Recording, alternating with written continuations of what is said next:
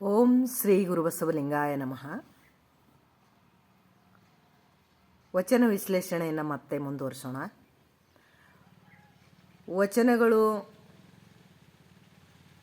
ಯಾರಿಗೂ ಬರೋದಿಲ್ಲ ಅಥವಾ ವಚನಗಳು ಓದೋದಿಲ್ಲ, ವಚನಗಳು ಯಾರಿಗೆ ಸಿಗೋದಿಲ್ಲ ಅಂತ ಅರ್ಥ ಅಲ್ಲ.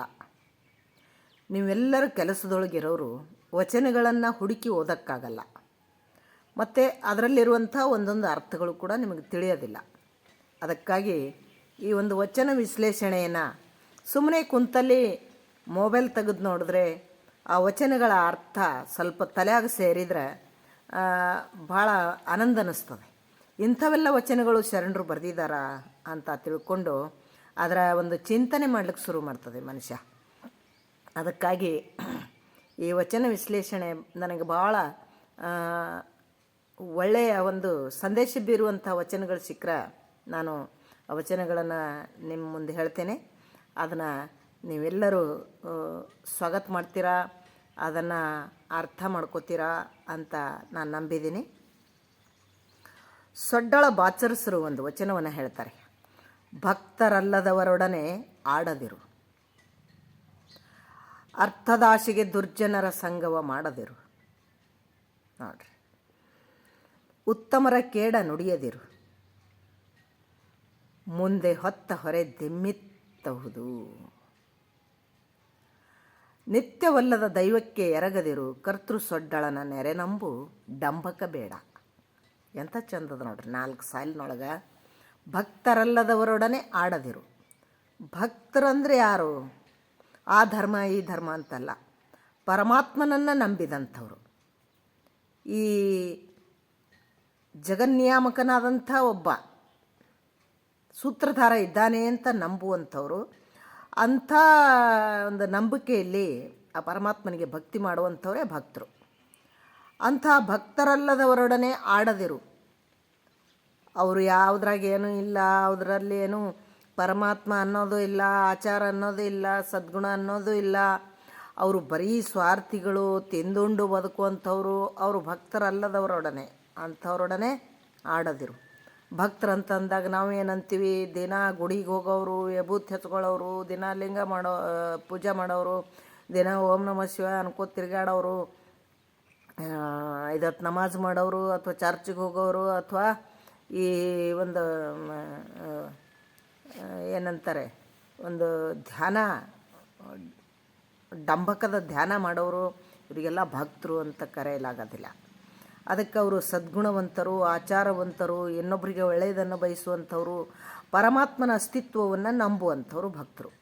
ಅಂಥ ಭಕ್ತರನ್ನೇ ನೀನು ಯಾವಾಗಲೂ ಸಂಗ ಮಾಡು. ಭಕ್ತರಲ್ಲದವರೊಡನೆ ಆಡದಿರು. ಮತ್ತು ಅರ್ಥದಾಸೆಗೆ ದುರ್ಜನರ ಸಂಗವ ಮಾಡದಿರು. ಅರ್ಥ ಅಂದರೆ ಹಣ, ದುಡ್ಡು. ಈ ದುಡ್ಡಿನ ಆಸೆಗೆ ದುರ್ಜನರ, ಕೆಟ್ಟ ಚಾಳಿ ಉಳ್ಳಂಥವ್ರು, ದುರ್ಗುಣ ಉಳ್ಳಂಥವ್ರು, ದುಷ್ಕೃತ್ಯ ಎಸಗುವಂಥವ್ರು, ಯಾವಾಗಲೂ ದುರ್ಭಾವನೆ ಉಳ್ಳಂಥವ್ರು, ಅಂಥ ದುರ್ಜನರ ಸಂಘ ಮಾಡಬೇಡ. ಅವ್ರ ಹತ್ರ ದುಡ್ಡು ಸಿಗ್ತದೆ ನಾನು ಸಂಘ ಮಾಡಿದ್ರೆ ಅಂತ ತಿಳ್ಕೊಂಡು ನೀನು ಅವ್ರ ಸಂಘ ಮಾಡ್ಲಿಕ್ಕೆ ಹೋಗಬೇಡ ಅಂತ ಹೇಳ್ತಾರೆ. ಆಮೇಲೆ ಉತ್ತಮರ ಕೇಡ ನುಡಿಯದಿರು. ಒಳ್ಳೆಯವರ ಬಗ್ಗೆ ಯಾವಾಗಲೂ ಚಾಡಿ ಏನೋ ಒಂದು ಅವ್ರ ಬಗ್ಗೆ ನಿಂದನೆ ಮಾಡಬೇಡ. ಉತ್ತಮರ ಬಗ್ಗೆ ಅವರು ಒಳ್ಳೆಯದಾಗಿ, ಏನೋ ಒಂದು ಮನುಷ್ಯನಾದ ಮೇಲೆ ಒಂದು ಅಪ್ಪು ತಪ್ಪು ಇರ್ತವೆ, ಅಥವಾ ಆ ತಪ್ಪು ಮಾಡ್ದೇ ಯಾರ ಬಾಯಿಂದ ಕೇಳಿ ನಾವು ತಪ್ಪು ಅಂತ ನಿರ್ಣಯಿಸ್ತೀವಿ. ಅದಕ್ಕೆ ಅವರು ಒಳ್ಳೆಯದಾಗಿ ಸಜ್ಜನರಾಗಿ ಸಮಾಧಾನದಿಂದ ನಡ್ಕೊಂಡು ಹೋಗೋರು ಉತ್ತಮರು. ಅಂಥ ಉತ್ತಮರ ಕೇಡ ನುಡಿಯದಿರು. ಅವ್ರಿಗೆ ಕೆಡಕಾಗಲಿ, ಅವರಿಗೆ ಒಳ್ಳೆಯದಾಗಬಾರ್ದು, ಏನಾದರೂ ಅವ್ರಿಗೆ ಕೆಡಕಾಗಬೇಕು ಅಂತ ತಿಳ್ಕೊಂಡು ಬಯಸದಿರು. ಮತ್ತು ಅವ್ರ ಬಗ್ಗೆ ನಿಂದನೆ ಮಾತು ಆಡದಿರು. ಉತ್ತಮರ ಕೇಡ ನುಡಿಯದಿರು, ಮುಂದೆ ಹೊತ್ತ ಹೊರೆ ದಿಮ್ಮಿತ್ತಹುದು. ನೀನು ಹೊತ್ತ ಹೊರೆ ಮುಂದೆ ಏನು ಸಂಸಾರದ ಒಂದು ಹೊರೆ, ಯಾವುದೇ ಒಂದು ನೀನು ಜೀವನದಲ್ಲಿ ಸಾಗಬೇಕಾದ್ರೆ ಒಂದು ಯಾವುದೋ ಒಂದು ಹೊರೆಯನ್ನು ಹೊತ್ತಿರಬೇಕಾಗ್ತದೆ. ಅಂಥ ಹೊರೆ ನಿನಗೆ ಭಾರವಾಗ್ತದೆ ಇವೆಲ್ಲ ಕೃತ್ಯ ಮಾಡೋದ್ರಿಂದ. ಹಗರಾಗೋದಿಲ್ಲ. ನೀನು ಸಂಸಾರ ಮಾಡ್ತಾಯಿದ್ರೂ ಕೂಡ ಸಂಸಾರ ಹಗುರವಾಗಿ ಹೋಗಬೇಕು. ನೀನು ಯಾವುದೇ ವ್ಯವಹಾರ ಮಾಡ್ತಾಯಿದ್ರೂ ಕೂಡ ವ್ಯವಹಾರ ಹಗುರವಾಗಿ ಹೋಗಬೇಕು. ಅಂಥ ನೀನು ಜೀವನದಲ್ಲಿ ಹೊತ್ತ ಹೊರೆ ದಿಮ್ಮಿತ್ತಹುದು, ಅದು ಭಾರ ಆಗ್ತದೆ ಇಂಥವೆಲ್ಲ ಮಾಡೋದ್ರಿಂದ. ನಿತ್ಯವಲ್ಲದ ದೈವಕ್ಕೆ ಎರಗದಿರು. ನಿತ್ಯವಲ್ಲದ ದೈವ ಅಂದರೆ ಏನು? ಸಾಯದ, ಹುಟ್ಟದ,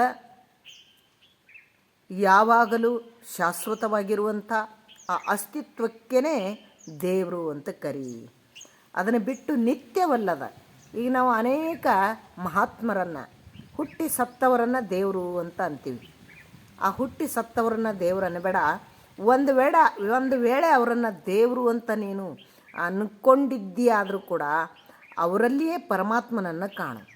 ಅದಕ್ಕೆ ಅಂಥ ಒಂದು ಪರಮಾತ್ಮನ ನಿರಾಕಾರ, ನಿರ್ಗುಣವಾಗಿರುವಂಥ ಪರಬ್ರಹ್ಮ ಸ್ವರೂಪವಾಗಿರುವಂಥ ಸಚ್ಚಿತ್ ನಿತ್ಯ ಆನಂದ ರೂಪವಾಗಿರುವಂಥ ಪರಮಾತ್ಮನನ್ನೇ ಆ ರೂಪದಲ್ಲಿ ಕೂಡ ನೀನು ಕಾಣ್ತಾ ಇರು. ಅದಕ್ಕೆ ನಿತ್ಯವಲ್ಲದ ದೈವ ಅದು ಇಂದು ಹುಟ್ಟಿ ನಾಳೆ ಸಾಯುವಂಥದ್ದು ಅಥವಾ ಅದನ್ನು ಅಸ್ಥಿರವಾಗಿರುವಂಥದ್ದು. ಅಂಥ ಒಂದು ದೇವರನ್ನು ದೇವರು ಅಂತ ನೀನು ನಂಬಬೇಡ. ಆ ಜಗತ್ತಿನ ತುಂಬಿರುವಂಥ ಮಹಾನ್ ಶಕ್ತಿ ಪರಮಾತ್ಮ, ಅವನ ಒಂದು ಅಂಶ ಆತ್ಮರೂಪದಲ್ಲಿ ನಮ್ಮಲ್ಲಿದೆ. ಆ ಆತ್ಮವನ್ನು ಅರ್ಥ ಮಾಡಿಕೊಂಡ್ರೆ ಪರಮಾತ್ಮನನ್ನು ತಿಳ್ಕೊಂಡಂಗೆ. ಅದಕ್ಕೆ ತಾನಾರೆಂದು ತಿಳಿದಡೆ ತಾನೇ ದೇವ ಕಾಣ ಅಂತ ಶರಣರು ಹೇಳಿದರು. ಅನೇಕ ವೇದ ಉಪನಿಷತ್ತುಗಳಲ್ಲಿ, ಭಗವದ್ಗೀತೆಯಲ್ಲಿ ಎಲ್ಲರಲ್ಲಿ ಹೇಳ್ತಾರೆ ಅಂಥ ಅಧ್ಯಾತ್ಮದ ಸೂತ್ರವನ್ನು. ಅದಕ್ಕೆ ತಾನಾರೆಂದು ತಿಳಿದಡೆ ತಾನೇ ದೇವ ಅಂಥ ತನ್ನಲ್ಲಿರುವಂಥ ದೇವನ ಅಂಶವನ್ನು ಅರ್ಥ ಮಾಡಿಕೊಳ್ಬೇಕು. ಅದಕ್ಕೆ ಅಂಥ ಒಂದು ಪರಮಾತ್ಮನನ್ನು ಖಂಡ ಸ್ವರೂಪದ ಮತ್ತು ನಿತ್ಯ ಇರುವಂಥ ಸತ್ಯ ಸ್ವರೂಪವಾಗಿರುವಂಥ, ಸತ್ಯ ಅಂದ್ರೇನು? ಇದ್ದಂಗಿರೋದು ಸತ್ಯ. ಅದಕ್ಕೆ ನಿತ್ಯ ಅಂದ್ರೇನು? ಯಾವಾಗಲೂ ಇರುವುದು. ಶಾಶ್ವತ ಅಂದ್ರೇನು? ಅದು ಅಳಿಸದೆ, ಆರದೆ, ಹೋಗದೆ, ಬರದೆ ಇರುವಂಥದ್ದು ಶಾಶ್ವತ. ಅದಕ್ಕೆ ಅಂಥ ಒಂದು ಶಾಶ್ವತವಾದಂಥ ಅಸ್ತಿತ್ವವನ್ನು ಪರಮಾತ್ಮನ ರೂಪದಲ್ಲಿ ಬಯಲಾಕಾರವಾಗಿರುವಂಥ, ನಿರಾಕಾರ ಅಂತಾರಲ್ಲ, ಆಕಾರ ಇಲ್ಲ, ಅಂಥ ಪರಮಾತ್ಮನನ್ನು ನೀನು ದೇವರಂತ ನಂಬು. ಅದಕ್ಕೆ ನೀನು ನಿತ್ಯವಲ್ಲದ ದೈವ ನಂಬಬೇಡ ಅಂತ ಹೇಳಿದ್ರು ಅವರು. ನಿತ್ಯವಲ್ಲದ ದೈವಕ್ಕೆ ಎರಗದಿರು. ಅದಕ್ಕೆ ಬಾಗಬೇಡ ಅಂತ ಹೇಳ್ತಾರೆ. ಕರ್ತೃ ಸೊಡ್ಡಳನ ನೆರೆ ನಂಬು. ಅಂಥ ಜಗತ್ತಿಗೆ ಕರ್ತನಾಗಿರುವಂಥ ಸೊಡ್ಡಳನ ಪರಮಾತ್ಮನ ನೆರೆ ನಂಬು. ಡಂಬಕ ಬೇಡ ನೋಡ್ರಿ, ಲಾಸ್ಟ್ ಇದೊಂದು ಹೇಳಿಬಿಟ್ರು ಅವರು.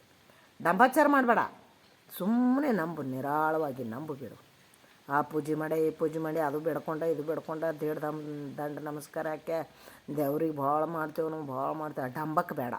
ಅದಕ್ಕೆ ನೀನು ಆ ದೇವರನ್ನು ನಿರಾಳವಾಗಿ ನೀನು ಮನಸ್ಪೂರ್ವಕವಾಗಿ ಹೃದಯದಿಂದ ಅವನನ್ನು ನಂಬು. ಅವನು ಮಾಡಿರುವಂಥ ಸೃಷ್ಟಿಯನ್ನು ಪ್ರೀತಿಸು ಸಾಕು ಅಂತ ಈ ವಚನದ ಅರ್ಥವನ್ನು ಸೊಡ್ಡಳ ಬಾಚರ್ಸರು ಇದರಲ್ಲಿಟ್ಟು ಬರೆದಿದ್ದಾರೆ. ಕೇಳಿದ್ದಕ್ಕೆ ಧನ್ಯವಾದಗಳು. ತಮಗೆಲ್ಲ ಶರಣ.